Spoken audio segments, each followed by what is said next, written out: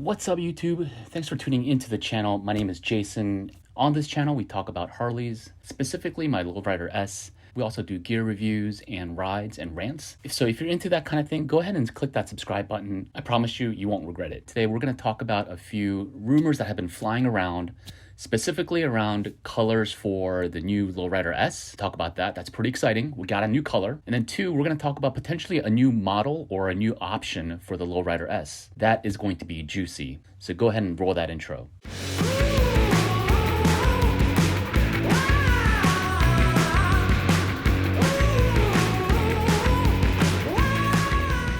Before we even get started, I don't know if these rumors are true, but it looks pretty legit to me based on some of the pictures that I've seen. The first piece of news that we're going to talk about is the new colors for 2022. So for 2022, I see in this picture here, it looks like a sheet with all the models and some of the color options for 2022. So making its return is the vivid black option that we all know and love. That is the Lowrider S that I have. And two, I'm actually really excited about this color, but Gunship Gray is making an appearance for the Lowrider S and a few other Harley Davidson models. I'm going to throw up a picture of a Gunship Gray if you don't know what that looks like. But man, I think this is going to be a killer color for the Lowrider S as well as a lot of the other Harley Davidson models. This is actually one of my favorite colors. I wish I had that option when I was buying the Lowrider S, but you can't go wrong with black. Yeah, you can't go wrong with black.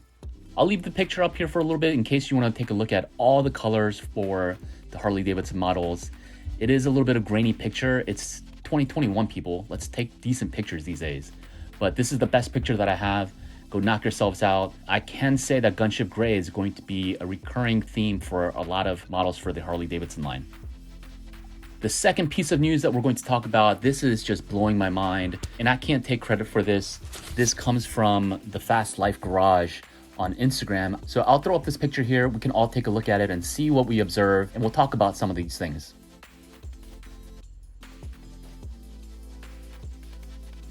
All right, so welcome back. This is mind-blowing. If you know anything about the Lowrider S, there's a few different ways that people kind of tend to go with the Lowrider S. So one of the directions that people go with for the Lowrider S is that club style look with the club style fairing, usually some bars or risers. You know the drill, right? You've all seen it. I'll throw up a picture of my Lowrider S. This is the most popular look that I've seen for most Lowrider S's.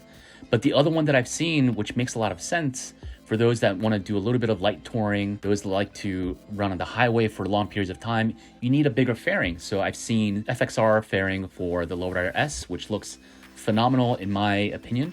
And then you get these bags, whether it's the Leather Pros or some hard bags, some riser potentially. You know, that is the other option that most people take their Lowrider S. So now I think, is Harley finally waking up to this? Is Harley picking up on these trends? Who knows? But if this is real, this is an amazing move by Harley. Let's leave the aesthetics of the front fairing out of this for a second, but this is an option that people can go right off the bat. You get the fairing, you get the bags that, you know, that people want, and not just any bags. And these look like the Sport Glide bags, which in my opinion look amazing. They probably look the best. From one of the videos that I've seen from Matt Laidlaw, it takes about like $3,000 or so to get them installed and all the brackets and the bags itself. But to have this option available for people to purchase right off the bat, I think that's a great move. Personally, I'm not a fan of the way that the fairing looks. I wish they would have gone with a little bit more of a traditional FXR fairing, but this looks like kind of like the cheesy FXR T fairing or FXR P fairing that police Harleys used to have. You know, I love the option. I love where Harley's taking this, but I wish the look is not quite for me. But I'll leave that aside. I love the decision to give people an option. So now I want to take a little bit closer of a look at the picture. So the first thing you see is that large FXR style fairing. I just hope this isn't the final design. I hope it looks a little bit more modern and like the FXR fairings that you've seen. Throw up a picture here of my favorite style. But then you have that, and then you have these bags, which looks exactly like the Sport Glide bags. I'll get to that towards the end of the video, what I think is going to happen. You know, from the first glance, that's about all I can see. But I also wanted to talk a little bit about what we might want to see with this option. If Harley Davidson is actually going to release a touring option for the Lowrider S. So the first thing that I would like to see is definitely something that I wish I had on my Lowrider S, which is cruise control. If you are intending to ride for long distances, cruise control is a must. I've recently found out how crucial this is for me. I am definitely planning on installing a cruise control on mine whenever that module becomes available. We can't tell from this picture whether or not it has cruise control, but let's just hope if you are releasing the touring option for the Lowrider S, that the cruise control is definitely a feature that you see on this model. The next one I wanted to talk about is the engine size. So this is something that, you know, people have talked about, how the Lowrider S, when it came out as a Dyna, it had the biggest engine that Harley Davidson had at the time, straight from the factory. From what I've seen, the Street Bob currently now ships out with the 114. There are certainly other models of Softails that ship out with the 114, the Fat Bob. It makes the Lowrider S seem a little less special. If they are releasing a touring model, I want to see a 117 engine. I want to see the 117 engine on the standard Lowrider S, the non-touring option. The other feature that I think that this touring option Lowrider S should have are the gauges at the top. And now with this picture, I can't really tell if the gauges have been moved or not, but from the side profile, it doesn't really look like it has that center console. I could be wrong. Maybe this is just the angle of the picture. That is also an option that I think that Harley should offer with this touring option. I would say 10 times out of 10 when I've seen somebody put an FXR fairing on the front, they usually relocate the gauges at the top so that you're not constantly looking down while you're riding. And especially if you're going at fast speeds, don't want to take your eyes off the road.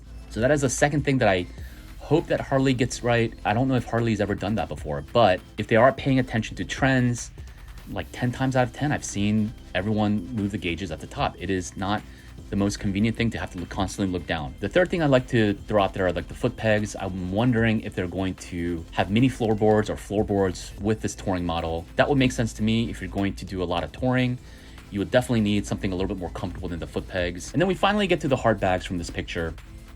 Now to me, again, it looks exactly like the Sport Glide bags. They probably are the Sport Glide bags. Why are they putting Sport Glide bags on the Lowrider S? Aren't they worried about cannibalization of the Sport Glide? I've seen people take a direction with the Sport Glide where they make it into a small mini bagger, if you will, because it's already got the bags. If you want to put a FXR fairing on the front, that's almost pretty much done. And if you don't really care about the 107 engine, that's an option that you can go. But I recently saw a video. I'll try to link it in the description because I don't want to take credit for this, but I saw a video, it popped up on my feed. It's two guys that work for Harley Davidson, one of the dealers, and they talked about a few models that were gonna go away in 2022.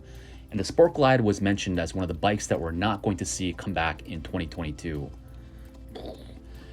That would totally make sense as to why Harley Davidson is launching an option, a touring option for the Lowrider S. My guess is that they see that the Lowrider S is a way more popular model.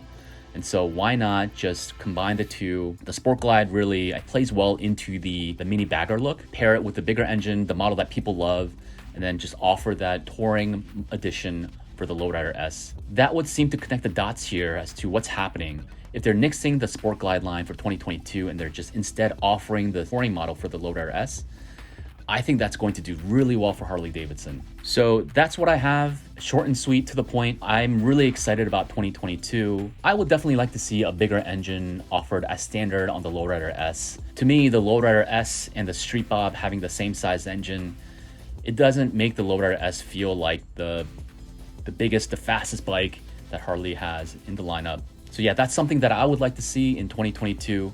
Drop me a note in the comments what you would like to see in 2022, whether it's for the Lowrider S or Harley Davidson in general. But this is great. I love seeing little tidbits and little rumors flying around.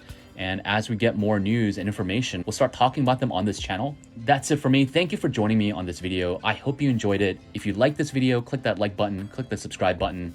It helps me out. It helps out the YouTube algorithm for my channel. But thank you again for joining me. And until next time, peace.